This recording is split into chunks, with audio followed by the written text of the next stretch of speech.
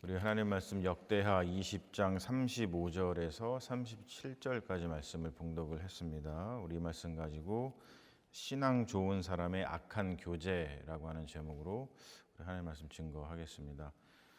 역대기 23번째 시간입니다. 사람은 이제 혼자 망하지 않죠. 대부분은 관계 속에서 무너집니다. 물론 이 관계는 하나님께서 주신 선물이죠. 좋은 사람을 만나면은 인생이 살아나고, 또 좋은 친구를 만나면 마음이 밝아지고, 또 좋은 스승을 만나면 길이 열리고, 또 좋은 공동체를 만나면 신앙이 또 이렇게 깊어지고 좋아지죠.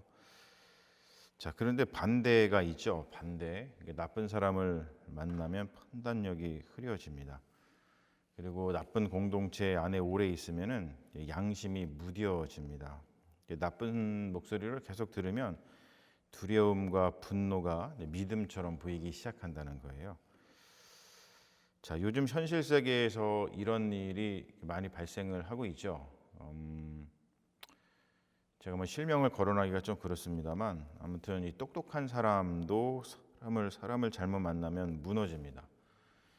그리고 좋은 일을 많이 한 사람도 잘못된 관계 때문에 이제 큰 상처와 이제 부담을 겪게 되죠. 그리고 심지어 신앙 좋은 사람도 사람을 잘못 만나면 이상한 길로 갑니다. 자, 우리 주변에서 이런 모습을 좀 많이 보는데, 기도도 많이 하고 또 예배도 잘 드리고 또 교회도 오래 다닌 분들이 어느 순간 혐오와 분노의 언어를 신앙처럼 말합니다. 우리가 왜 그럴까 생각을 해보면 단순히 이제 그분들이 나쁜 사람이어서가 아닙니다. 많은 경우에 사람을 잘못 만나기 때문인데요. 어떤 두려움을 부추기는 목소리라든지 아니면 세상을 적으로 만들고 또 특정 정치 이념을 복음처럼 말하는 그런 공동체 안에 이렇게 오래 있다 보면은 신앙의 언어가 변질이 됩니다. 그래서 오늘 말씀을 보면은 오늘 말씀의 핵심이 이거죠. 신앙이 좋아도 관계를 잘못 맺으면 망한다. 그런 말씀입니다. 오늘 본문은 여호사밧 왕의 말년 이야기예요. 우리가 지난 시간에 이제 여호사밧 왕에 대한 이야기를 살펴봤잖아요. 근데 여호사밧 왕은 좋은 왕이었어요. 하나님을 찾는 그런 왕이었죠. 그런데 인생의 마지막에는 매우 슬픈 기록이 남습니다. 악한 왕 아하시야와 교제하다가 하나님께서 그가 만든 배를 깨트리셨다라고 하는 그 이야기로 끝나고 있습니다. 자, 여호사밧 왕을 조금 보면은 처음부터 이 나쁜 왕으로 보면 안 됩니다. 그는 역대기에서 굉장히 좋은 왕으로 등장을 합니다. 역대하 19장에 보면은 이 여호사밧 왕이 이 아합과의 전쟁에서 돌아온 뒤에 이 선견자 예후에게 책망을 듣습니다. 그러니까 예후가 이런 말을 하잖아요. 왕이 악한 자를 돕고 여호와를 미워하는 자들을 사랑하는 것이 옳으니까. 아합이 굉장히 악한 왕이었는데 아합하고 이렇게 짝짝꿍해서 어떤 일을 도모하잖아요. 굉장히 무서운 책망이죠. 여호사밧이 하나님을 버렸다는 말이 아닙니다. 여호사밧이 하나님을 사랑하면서도 하나님을 미워하는 자와 손을 잡았다는 거예요. 그런데 예후는 동시에 또 이렇게 말을 하잖아요. 그러나 왕에게 선한 일도 있으니 왕이 아세라 목상들을 이 땅에서 없애고 마음을 기울여 하나님을 찾음이니이다. 여호사밧에게서 보면은 선한 것이 있어요. 그는 하나님을 찾는 마음이 있었고 또 우상을 제거하려는 그 개혁 의지가 있었습니다. 그리고 누군가 이 선지자가 책망을 하면 그것을 막 기분 나빠하지 않고 그것을 그냥 지나치지 않고 자기 자신을 돌아볼 수 있는 그러한 왕이었습니다. 그래서 이 예후가 이러한 그 예언을 한 이후에 이 여호사밧 왕이 백성을 여호와께로 돌아오게 하는 일들을 하고 또 무엇보다도 각 성읍에 재판관을 세우죠. 그리고 재판관들에게 말을 합니다. 역대하 19장 6절에 보면 이렇게 말을 해요. 너희가 재판하는 것이 사람을 위하여 할 것인지 여호와를 위하여 할 것인지 잘 살피라. 이게 여호사밧의 굉장히 좋은 점입니다. 그의 신앙은 예배당 안에만 머물지 않았고 여호사밧은 정의로운 재판 그리고 공정한 판단, 뇌물을 받지 않는 질서 이런 것을 세우려 했던 아주 좋은 왕이었습니다. 그러니까 여호사밧은 신앙이 없는 사람이 아니었어요. 기도할 줄도 알고 개혁할 줄도 알고 정의도 생각할 줄 아는 그런 왕이었습니다. 자, 그런데 여기에 오늘 말씀에 두려운 지점이 있죠. 뭐냐면 신앙이 좋은 사람도 망할 수 있다는 거예요. 왜냐하면 신앙이 좋다는 사실 그 자체가 관계의 분별을 자동적으로 보장해주지 않기 때문입니다. 자, 여호사밧을 좀 더 보면은 역대하 20장에 가면은 모압과 암몬, 세일산 사람들이 유다를 치러 올라옵니다. 굉장히 큰 위기예요. 여호사밧이 두려워합니다. 그러니까 남유다를 주변국들이 이제 전쟁을 걸어와서 치러 올라오는 것이죠. 그래서 여호사밧이 두려워했습니다. 근데 그 두려움이 굉장히 좋은 방향으로 가요. 두려워서 도망가지 않고 하나님께 묻습니다. 두려워서 사람을 조종하지 않고 백성에게 금식을 선포해요. 또 두려워서 거짓말하지 않고 하나님 앞에서 자신의 무능을 고백합니다. 이 여호사밧의 기도는 역대기 전체에서도 가장 아름다운 기도 중에 하나인데 뭐라고 기도를 하냐면 전쟁을 앞두고서 뭐라고 기도를 하냐면 우리를 치러 오는 이 큰 무리를 우리가 대적할 능력이 없고 어떻게 할 줄 알지 못하옵고 오직 주만 바라보나이다. 오직 주만 바라보나이다. 이것이 여호사밧의 신앙이었어요. 하나님, 저는 어떻게 해야 될지 모르겠습니다. 저는 이 문제를 해결할 능력이 없습니다. 오직 주님만 바라봅니다. 여러분 어때요? 이 기도를 듣기만 해도 굉장히 은혜가 되죠. 이러한 신앙 고백은 참 좋은 겁니다. 우리가 반드시 배워야 되죠. 왜냐하면 우리 인생은 모르는 것 투성이고 할 수 없는 것 투성이기 때문에 그래요. 그러니까 우리는 하나님 앞에서 하나님, 내가 어떻게 해야 될지 모르겠습니다. 하나님, 저는 이걸 어떻게 해결할 능력이 없습니다. 이러한 기도가 저절로 나오면서 주님만 바라보게 되는 그런 상황들이 우리의 삶 가운데 참 많이 있죠. 하나님이 이 고백을 들으셨어요. 그래서 야하시엘을 통해서 말씀을 하십니다. 뭐라고 하시냐면 이 전쟁은 너희에게 속한 것이 아니요 하나님께 속한 것이니라. 여러분 얼마나 든든하겠어요. 우리가 기도를 하나님께 간절하게 해서 하나님, 제가 이거 어떻게 해야 될지 모르겠어요. 제가 이거 해결할 능력이 없는데 어떻게 하죠, 주님?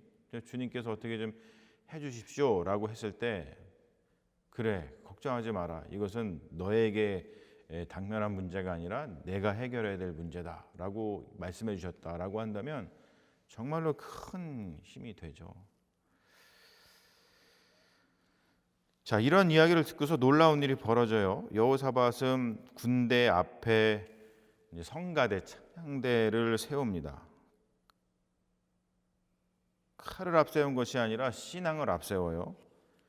전략보다 예배가 앞섭니다. 계산보다 신뢰가 앞서는 거예요. 그래서 그들이 전쟁에 나가면서 그런 찬양대를 앞에 이렇게 두고 나서 그 진군을 하는데, 그때 이제 20장 21절에 보면은 여호와께 감사하세 그의 인자하심이 영원하도다. 그러면서 나가요. 여호와께 감사하세 그의 인자하심이 영원하도다. 우리가 시편에 보면은 계속해서 나오는 그런 찬양의 고백이잖아요. 이렇게 찬양을 할 때에 하나님께서 적군을 무너뜨리시죠. 유다가 싸우지 않고 승리를 합니다. 그리고 전리품까지 챙기죠. 굉장히 놀라운 신앙이에요. 여호사밧이 전쟁 앞에서 하나님을 붙든 사람입니다. 하나님을 바라본 사람이에요. 찬양으로 전쟁을 맞이한 사람입니다. 여러분 생각해 보십시오. 너무 중요한 신앙이죠. 전쟁 같은 우리의 삶 속에서 반드시 배워야 하는 그런 신앙의 모습입니다. 전쟁 같은 삶 속에서 기도와 찬양과 예배를 멈추지 마십시오. 그러면 감사하게 된다는 거예요. 아, 전쟁 같은 삶 속에서 기도와 찬양과 예배를 멈추지 말아야겠구나. 그러면 우리에게 감사가 오겠구나라고 하는 이 신앙의 모습 너무나 중요하죠. 자, 그런데 여러분 굉장히 이상하다는 거예요. 이렇게 큰 은혜를 경험한 사람이 인생의 말년에 무너졌다는 거예요. 오늘 본문은 바로 그 아픈 장면이에요. 역대하 20장 35절에 보면 이렇게 시작을 합니다. 유다 왕 여호사밧이 나중에 이스라엘 왕 아하시야와 교제하였는데 아하시야는 심히 악을 행하는 자였더라. 본문에서 분명하게 말하고 있죠. 아하시야는 심히 악을 행하는 자였어요. 그런데 여호사밧이 그 아하시야와 교제를 합니다. 함께 배를 만들어요. 다시스로 가려고 합니다. 아마도 이제 무역과 어떤 경제적인 이익을 위한 그런 사업이었겠죠. 자, 겉으로 보면은 굉장히 실용적이에요. 야, 우리 같이 사업하자. 같이 배를 만들자. 같이 무역하자. 서로에게 이익이 되지 않겠니? 자, 하지만 하나님께서는 다르게 보셨다는 거예요. 도다와우의 아들 엘리에셀이 예언합니다. 뭐라고 예언하냐면 왕이 아하시야와 교제함으로 여호와께서 왕이 지은 것을 파하시리라. 그리고 배가 부서집니다. 다시스로 가지 못해요. 자, 어때요? 여호사밧이 전쟁에서는 이겼어요. 그런데 배는 침몰합니다. 자, 우리는 여기에서 신앙 좋은 사람의 모습과 그 사람의 몰락을 봅니다. 여호사밧은 전쟁 앞에서는 신앙 좋은 사람의 모습을 보여주었어요. 그런데 그 신앙 좋은 사람이 악한 사람과 교제를 합니다. 여러분, 이것이 우리 인생의 위험입니다. 신앙이 아무리 좋아도 그것이 곧 좋은 사람과의 교제를 보장해 주지 않습니다. 신앙 좋은 사람도 악한 사람과 교제하면서 자기도 모르는 사이에 밀려드는 인생의 몰락을 맞닥뜨릴 수 있다는 거예요. 자, 여러분, 신앙 좋은 사람도 망해요. 기도하지 않아서만 망하는 것이 아닙니다. 사람을 잘못 만나서 망해요. 관계를 잘못 맺어서 망합니다.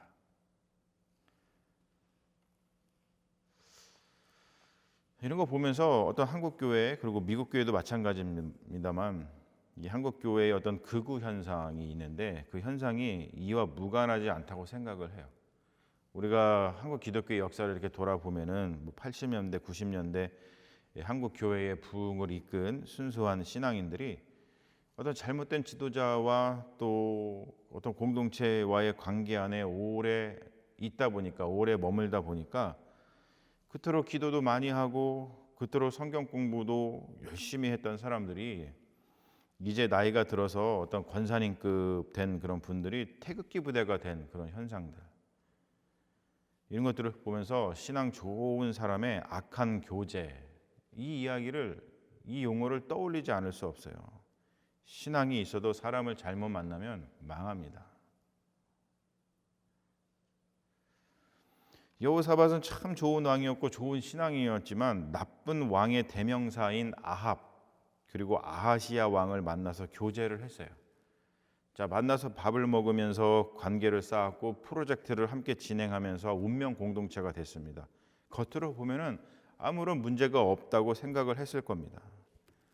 악한 관계는 처음부터 악하게 보이지 않습니다.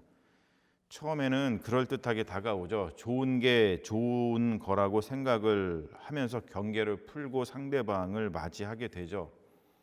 또 상대방이 좋은 말을 하겠죠. 뭐 우리가 지켜야 됩니다. 뭐 우리는 우리 편을 좀 만들어야 됩니다.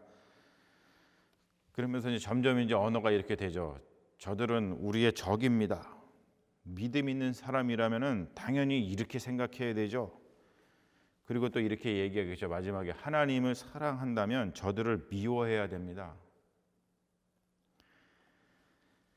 자, 이러한 일들이 그냥 떼놓고 들여다보면은 굉장히 이상한 말이지만, 이러한 일들을 관계 속에서 이런 이야기를 듣다 보면은 이게 신앙의 언어처럼 들린다는 거예요. 그런데 시간이 지나면서 열매가 드러나죠. 어떤 열매가 드러나냐면 사랑이 줄어듭니다. 사랑. 긍휼이 사라집니다. 그리고 두려움이 커져요. 그리고 분노가 거룩함처럼 포장이 되고 혐오가 믿음처럼 둔갑합니다. 이것이 기독교의 극우화 현상 안에서도 자주 나타나요. 여러분, 신앙 좋은 분들이 갑자기 이상해지는 것이 아닙니다. 기도하던 분들이 갑자기 약해지는 것도 아니에요. 갑자기 그렇게 되는 것이 아니라 잘못된 목소리, 잘못된 지도자, 잘못된 공동체, 잘못된 어떤 미디어, 그러한 관계망에 오래 머물다 보면은 복음의 감각이, 어떤 신앙의 감각이, 우리 인생의 감각이 무뎌지는 거예요. 사람은 듣는 것을 담죠. 사람은 함께 앉은 자리를 담습니다. 사람은 반복해서 만나는 공동체를 닮아요. 그래서 시편 1편은 복 있는 사람을 이렇게 말하고 있는 거겠죠. 악인들의 꾀를 따르지 아니하며 죄인들의 길에 서지 아니하며 오만한 자들의 자리에 앉지 아니한다. 그러니까 신앙은 마음의 문제인 것 같지만 동시에 자리의 문제입니다. 우리가 어디에 앉아 있느냐 중요하고, 누구의 말을 듣느냐 너무나 중요하고, 무엇보다도 누구와 손잡고 있느냐 중요합니다. 그러니 사랑하는 여러분, 우리가 신앙을 지키고 인생을 지키고 싶거든 악한 사람과의 교제는 하지 않는 게 좋습니다. 좋은 게 아니에요. 그리고 더불어서 나는 괜찮을 거야. 나는 저 악한 사람하고 조금 뭐 한다 그래도 나는 그렇게 되지 않을 거야 라고 하면서 자신을 너무 과신하지 마십시오. 자, 그렇다면 여러분, 좋은 사람을 만나는 법을 우리가 아주 좀 짧게 살펴볼게요. 제가 이거는 내일 주보에도 따로 좀 실으려고 하는데, 우리가 어떤 사람을 만나야 될까? 좋은 관계를 또 어떻게 분별할 수 있을까? 저게 악한 관계인지 좋은 관계인지 우리가 어떻게 알 수 있을까? 근데 되게 보면은 이렇게 좀 제너럴하게 총체적으로 보면은 되게 이래요. 악한 사람은 나하고 사귐을 가지려고 하지 않아요. 실제로 보면은 이렇게 깊은 사귐, 서로를 사랑하고 서로를 위해주고 그렇게 하지 않고, 악한 사람은 기본적으로 나를 지배하려고 합니다. 그리고 나를 판단하고 비판합니다. 그리고 나를 이용하려고 하죠. 근데 그게 너무 교묘해요. 제가 SNS 같은 데서도 뭐 글을 많이 이제 뭐 올리고 뭐 이렇게 뭐 온라인 신문 이런 거에 글 많이 기고하다 보면은 이런 현상들 굉장히 많이 경험을 하게 돼요. 뭐냐면 사귐을 가지려고 하지 않고 무조건 판단하려는 사람들이 엄청 많아요. 그런 사람하고는 관계를 안 맞는 게 좋죠. 자, 그러면은 좋은 사람을 만나는 법 첫 번째는 뭐냐면, 나를 하나님께 더 가까이 가게 하는 사람을 만나야 된다는 거예요. 좋은 사람은 나를 자기에게 가두지 않아요. 좋은 목회자, 좋은 친구, 좋은 공동체는 나를 자기 편으로 만드는 사람이 아니라 하나님께 더 가까이 가게끔 도와주는 사람입니다. 그래서 그 사람을 만나면 하나님께 기도하고 싶어지고, 또 그 사람을 만나면 말씀 앞에서 서고 싶어지고, 또 내 삶을 한번 돌아보게 되고, 나도 좀 저렇게 살아야지라고 하면서 어떤 거룩한 도전을 받게 되죠. 여러분, 그러한 만남은 좋은 관계의 가능성이 큽니다. 하지만 반대로 그 사람을 만나고 나면은 늘 누군가를 미워하게 되고, 세상이 두려워지고, 특정 집단을 혐오하게 되고, 또 내가 의로운 사람인 것처럼 교만해진다면 그러한 교제, 그러한 만남은 안 하는 게 좋습니다. 자, 그리고 두 번째 뭐냐면 내 안의 두려움을 이용하지 않고 내 안의 사랑을 깨우치는 그런 사람을 만나야 됩니다. 악한 관계는 자꾸 두려움을 심어줘요. 두려움을 먹고 자라요. 악한 관계는. 그래서 저들이 너를 빼앗아 갈 거야. 자꾸 난 두려움을 심어주는 거죠. 야, 저들이 교회를 무너뜨릴 거야. 그리고 저들이 나라를 망칠 거야. 라고 하는 말로다가 사람을 지배합니다. 그러니까 뭐냐면 두려움을 내 마음에 집어넣어서 두려움으로 나를 지배하려고 합니다. 그런데 여러분, 복음은 두려움이 아니잖아요. 주님께서 수도 없이 이야기하는 게 뭐냐면 Do not be afraid. 두려워하지 말아라 라고 하는 겁니다. 복음은 사랑으로 우리를 움직이죠. 좋은 관계는 우리에게 더 사랑을 심어줍니다. 그래서 나를 더 사랑하게 하고 나 자신을 더 사랑하게 하고 그리고 상대방도 더 사랑하게 만들죠. 나그네를 환대하게 합니다. 상대방을 악마화하지 않아요. 자, 세 번째 좋은 사람을 만나는 법은 뭐냐면 나에게 듣기 싫은 진실도 말해주는 사람을 만나야 된다는 거예요. 여호사밧에게는 예후가 필요했습니다. 예후는 여호사밧에게 아부하지 않잖아요. 왕이 잘하셨습니다. 이런 좋은 말만 하는 것이 아니라 왕이 악한 자를 돕고 여호와를 미워하는 자들을 사랑하는 것이 옳습니까? 이렇게 묻고 그 진실 앞에 대면할 수 있도록 도와주죠. 좋은 사람은 나를 무조건 편들어주는 사람이 아니라 좋은 사람은 내가 잘못된 길로 갈 때 멈추게 하는 사람입니다. 좋은 공동체는 내 편 만들어주는 공동체가 아니라 나를 말씀 앞에 세우는 공동체예요. 자, 그리고 마지막으로 좋은 사람을 만나는 법은 뭐냐면 이게 굉장히 중요하다고 생각해요. 여러분들도 아마 동감하실 거예요. 함께 한 뒤에 열매가 샬롬인지 혼란인지 그것을 보면 압니다.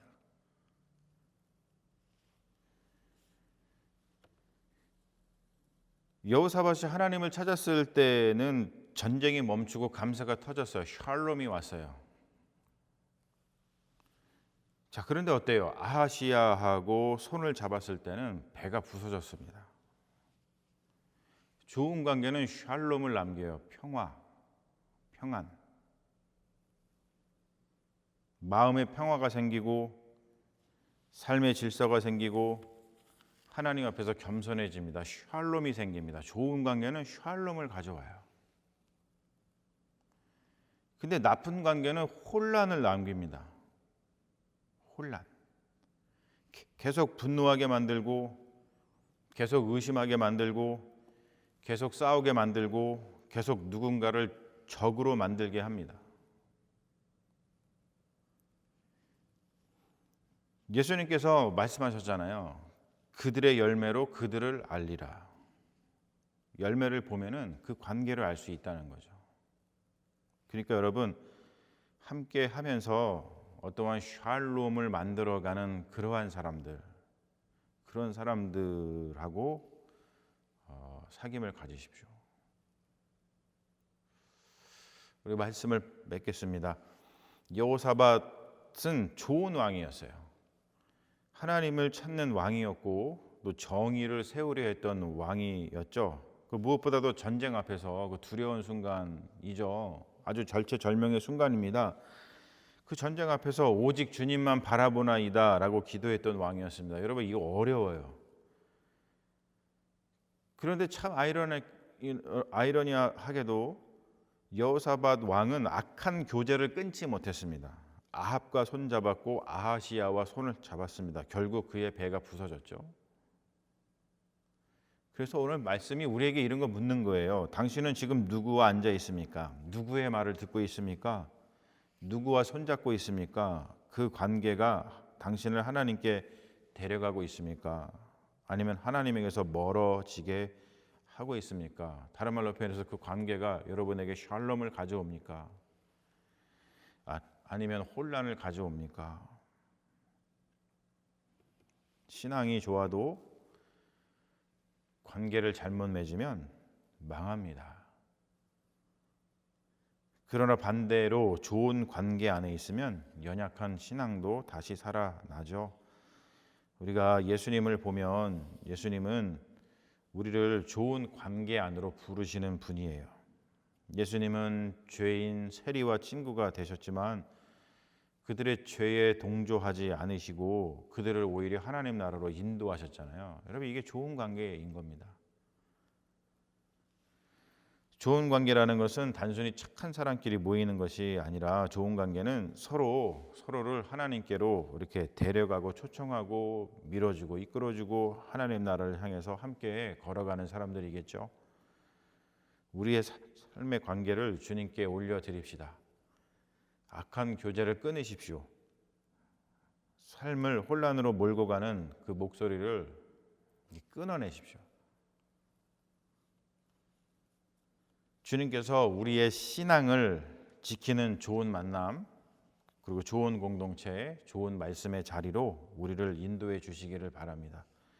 좋은 신앙을 가졌지만 악한 교제를 해서 인생을 망친 여호사밧 왕 이야기를 여러분 기억하십시오. 이 이야기를 반면교사 삼아서 우리가 좋은 신앙을 가졌다면 이제 좋은 관계를 선택하십시오. 그것이 신앙을 지켜서 인생을 복되게 하는 길입니다. 같이 기도하겠습니다. 주님, 오늘 여호사밧의 이야기를 통해 우리의 신앙과 관계를 돌아보게 하시니 감사합니다. 신앙 좋은 사람도 악한 관계를 통해 인생을 망칠 수 있습니다. 너무도 분명한 진리이지만 우리는 일상 속에서 이 진리를 분별하지 못해 어려움에 처할 때가 많습니다. 주님, 언제든지 주님만 바라보게 하소서. 악한 사람은 우리 주변에 얼씬도 못하게 하소서. 좋은 신앙을 끝까지 지켜나가 생명의 면류관을 받을 수 있도록 우리를 도우소서. 우리의 참된 친구가 되시고 우리를 하나님 아버지께로 인도하시는 예수 그리스도의 이름으로 기도합니다. 아멘.